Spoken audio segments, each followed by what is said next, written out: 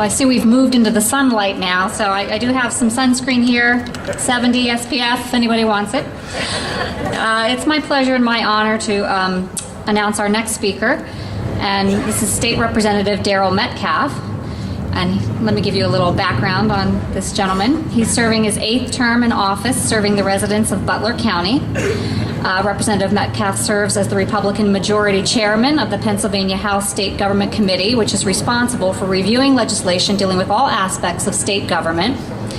During his tenure, Representative Metcalfe has been a leader on the tough issues like ending teacher strikes, making PA a right-to-work state, and eliminating property taxes in the Commonwealth. Representative Metcalfe was also the author of the Pennsylvania Voter Identification Protection Act, which requires voters to show valid photo identification each and every time they vote. As a statewide leader on ending the illegal alien invasion, Representative Metcalfe is also the founder of the State Legislators for Legal Immigration. The coalition, which was founded in 2007, serves as a network for state legislators across the nation who are committed to working together in demanding full cooperation among our federal, state, and local governments in eliminating all economic attractions and incentives for illegal aliens, as well as securing our borders against unlawful invasion. Representative Metcalfe has always been a stalwart defender of the Second Amendment. On April 23rd at 10 a.m., he will be holding his second annual Second Amendment Action Day at the state capitol in Harrisburg. Most recently, Representative Metcalfe announced his legislation, House Bill 357, the Right to Bear Arms Protection Act. That legislation that would make any new federal gun control laws unenforceable within the Commonwealth of Pennsylvania.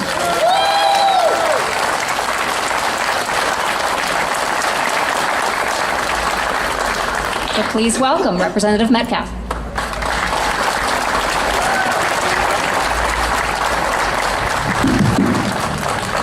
Thank you for the great introduction. I appreciate it. Good to be with you all. Nice to be invited. Beautiful day God's blessed us with to be here and rallying together for our God-given rights. So I know I'm in the district of State Representative Rob Kaufman, and Rob had, I think, originally planned on possibly being here, but something came up. He'd sent me an email that he wasn't going to be able to make it, so he wanted me to make sure that I mentioned to you on his behalf, of course. He's one of my greatest allies at the Capitol in our fight to protect the Second Amendment and protect our other liberties. So Rob does a good job for this region at the Capitol, and I know he's missed here today, but glad that I was able to be with you from Butler County. So I actually grew up in upstate New York, up around northwest of Syracuse. I grew up in a rural setting. I grew up around firearms. My father was actually deer hunting when I was born, so mother didn't appreciate it that much, but I can appreciate it as a deer hunter. But grew up around firearms, and you know, not everybody in this nation has the opportunity to grow up around firearms, to understand what kind of a tool they are. You know, there's a lot of folks that think that they get their steaks from the grocery store, and that's where it comes from. It isn't, of course. You know, a lot of folks don't understand that firearms are really the tool of freedom, aren't they? Firearms are the tool of freedom. Can you agree with that? After graduating from high school, I went straight into the United States Army, right out of high school at the age of 17, and I raised my hand. I swore to uphold and defend the Constitution of our great nation, just as JC did and the gentleman that was just speaking before me. And how many other veterans do we have out here? Thank you for your service. Everyone who has served our nation in the military, everyone who goes into office takes that oath to uphold and defend the Constitution. Well, in Pennsylvania, our Pennsylvania Constitution, which I swore to uphold and defend when I became a state legislator, on swearing-in day, every 2 years, once I'm reelected, we swear to uphold and defend the Constitution every session, both the Constitution of our country and the Constitution of our state. Now, in Pennsylvania, Article 1, Section 21 is even more strongly worded than the Second Amendment. It leaves no doubt about our Second Amendment rights, about our right to bear arms, about Article 1, Section 21 and the meaning of it. To paraphrase, that the right of the citizens to bear arms in defense of themselves and the state shall not be questioned. Shall not be questioned.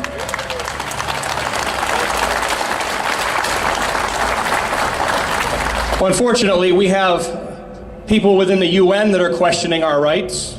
We have people in D.C. that are questioning our rights. We have people in Philadelphia and in Pennsylvania that are questioning our rights. One of those individuals has been in the state legislature probably 8 or 9 terms longer than myself, from Philadelphia. In 1999, my first term, we were debating a piece of legislation that was attacking the Second Amendment. And during debate, I asked that individual if he had actually read the Second Amendment to the U.S. Constitution or read Article 1, Section 21 of the Pennsylvania Constitution, and his answer was no. I have it on a DVD. I've been sharing it with kids at school to show them who they shouldn't vote for in the future. People like that. I was so shocked by his answer that I asked him the question, I said, what was that? And he said, well, could you repeat your question? And I repeated my question, and the answer was no again. Just a shocking revelation. But it really shouldn't be, because I think he's not the exception for those in elected office. I think he's the rule. I think the majority of people in elected office don't read that document that they're supposed to uphold and defend. How in the world are you going to defend something and you don't know what's in it?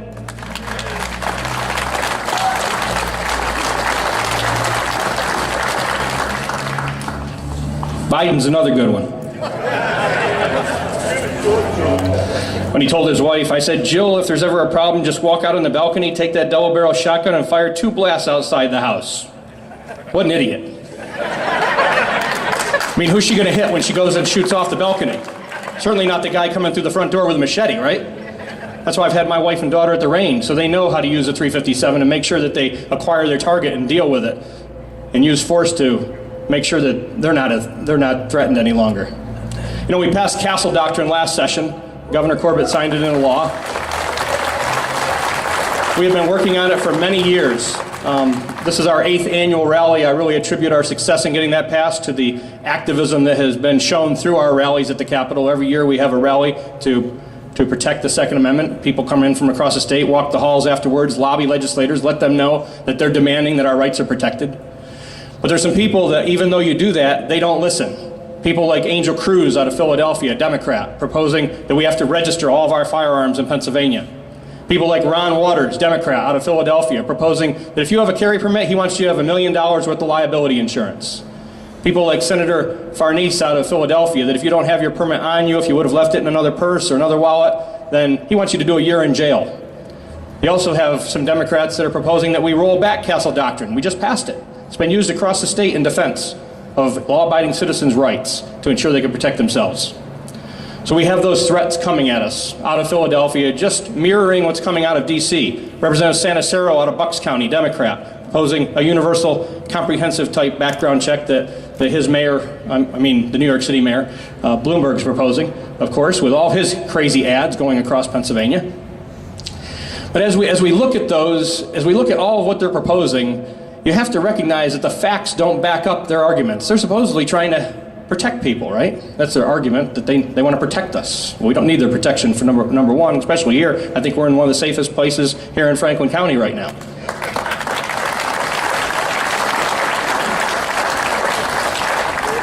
When you start looking at the bills that they're proposing and you look at the facts of what's really going on, you recognize that they have it all wrong, and all they're doing is trying to disarm the citizens of the state and nation. Because the real right to bear arms wasn't so you could go duck hunting. It was not so that you could just protect yourselves and your family and your property against a criminal element, but it was so that you could protect yourself against those tyrants who might want to violate and take away your rights. So you could ensure that we, the people, remain the government of this great nation. That's why we have the Second Amendment. That's why we have Article 1, Section 21. We looked at some statistics out of Philadelphia to just look at one of the areas in the state where really you're seeing most of these ideas come from that are the liberal gun-grabbing type ideas that we're battling in Harrisburg. And when you look in Philadelphia, in 2011, there were 324 murders. 81.8% of those were with firearms. The firearms that they used were not the .223 round or the AR-15 that shoots the .223. They weren't the many other firearms that they're proposing to do away with. They were 9mm, they were .45 caliber, and .40 calibers for the most part that were being used in those crimes.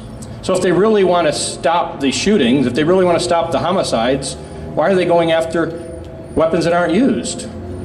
You know, when the National Institute of Justice, an agency of the Department of Justice, came out with a report in January, pretty exhaustive report on many of the various ideas that they're putting out there to take away our rights. And it was recognized in that report that other studies had shown that the supposed weapons that should be banned, the assault weapons that they're calling them, the ones that were banned from 94 to 2004, that those types of weapons prior to 1994 in the study, they were used in 2 to 8% of the crimes. 2 to 8%. So 92 to 98% of the crimes being committed were with other firearms, but they're telling us they want to protect us.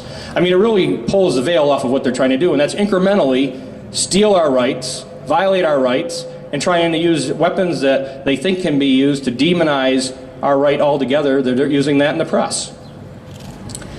When you look at the murders that were committed in Philadelphia, that's that 81.8% that were committed with firearms. The murderers in Philadelphia during that 2011 timeframe of the 324 people, the murderers, 84% of them had been arrested previously. 70% of them had been arrested for violent crime previously. 17% had been arrested 11 or more times previously. 81% of their victims had been arrested previously. The problem is the other 19% weren't armed, right? You've got criminal on criminal crime. The 19% that weren't criminals, they weren't armed, and that's the real problem. We need to make sure we have more law-abiding citizens that are armed, because that's the best deterrent to crime and the best deterrent to tyrants.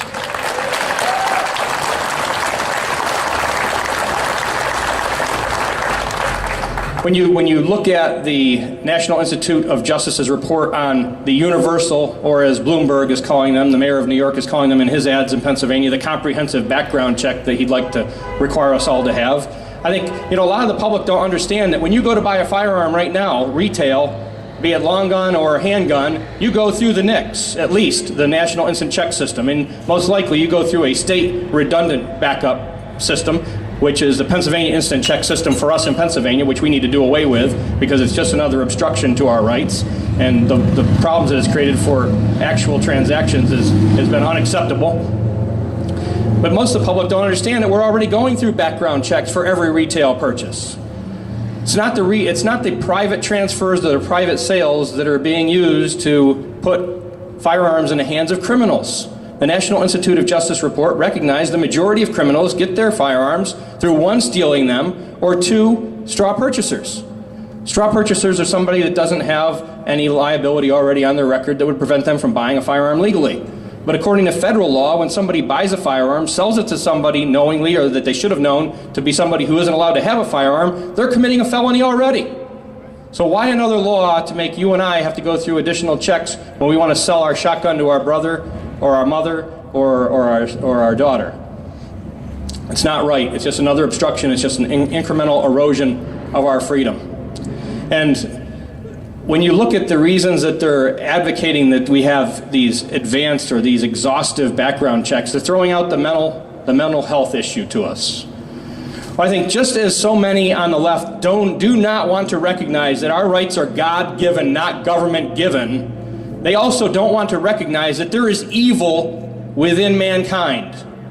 They don't want to call evil evil anymore. They don't want to call sin sin. They want to call it a mental health problem or an addiction.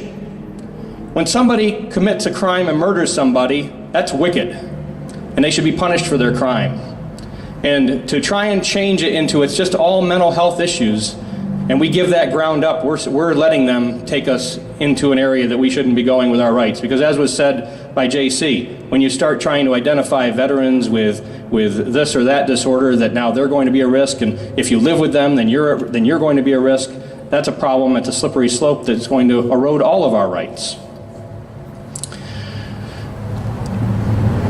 The assault weapons ban that they had proposed in 94 to 2004, there were studies done on that.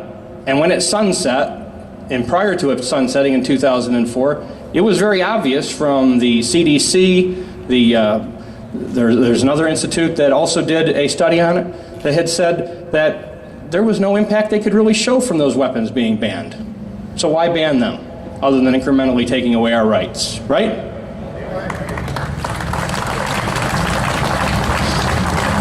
And I think here in Pennsylvania, some of the strongest evidence we have on our side to show that a law-abiding citizenry who is armed is the best deterrent to crime are our very own state police reports that we get annually. They issue a couple of reports, the Firearms Annual Report and the Uniform Crime Report. And when we correlated the results of those reports from 2006 to 2011, there were almost 3 million firearms sold in Pennsylvania in that time frame. Almost 3 million firearms sold in that time frame. As it's at the same time as you have 3 million more guns on the streets and in the homes of Pennsylvanians from 2006 to 2011, we saw a 20% decrease in violent crime with a firearm. A 20% decrease. So right here in Pennsylvania, it proves just from our police reports just what many of us have been arguing, that the law-abiding citizens are not the problem. They are the answer to fixing the problem.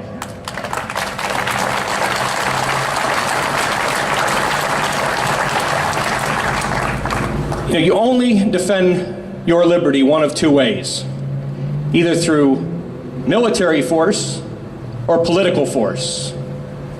And today we're not here to talk about the use of military force, we're here to talk about the use of political force, right? Because we don't want to see a day when we or our children or our grandchildren are put in that position, as JC has said. We don't want to see where they're put in a position of having to defend their liberties with force, military force on their own soil. I'd rather watch us defend our freedom on foreign soil and stop the threat there rather than having to do it on our own soil. Unfortunately, when we raise our hand and swear to uphold and defend our Constitution, the bigger problem we have now, unfortunately, is we swear to protect it against all threats, both foreign and domestic. All enemies, both foreign and domestic. And most of our enemies against the Constitution are domestic currently. So we have to stop them politically. We have to use political force. And I know some people don't like politicians, as JC had mentioned. I hate politicians. I don't aspire to be a politician. I aspire to be a statesman. Somebody who's looking out for the next generation, not the next election cycle.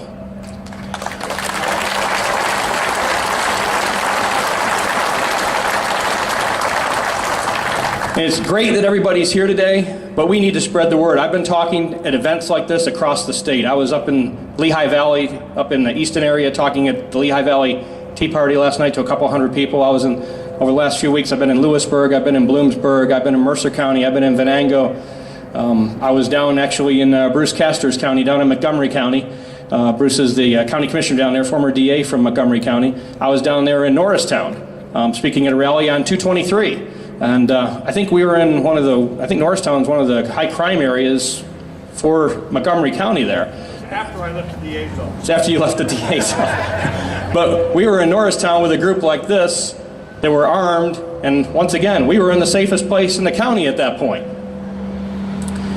We need to, as I've been talking at these events, and we've seen a lot of activity from citizens like yourselves across the state and more around the country, we need more of this, not less. Your attendance at today's rally can't be the end of your activism. It has to be the beginning, if it's the beginning. And if it's part of that, it has to be a continuation if you've already been doing this before. But you need to educate your fellow citizens, whether they're in your workplace, in your home, or at your church.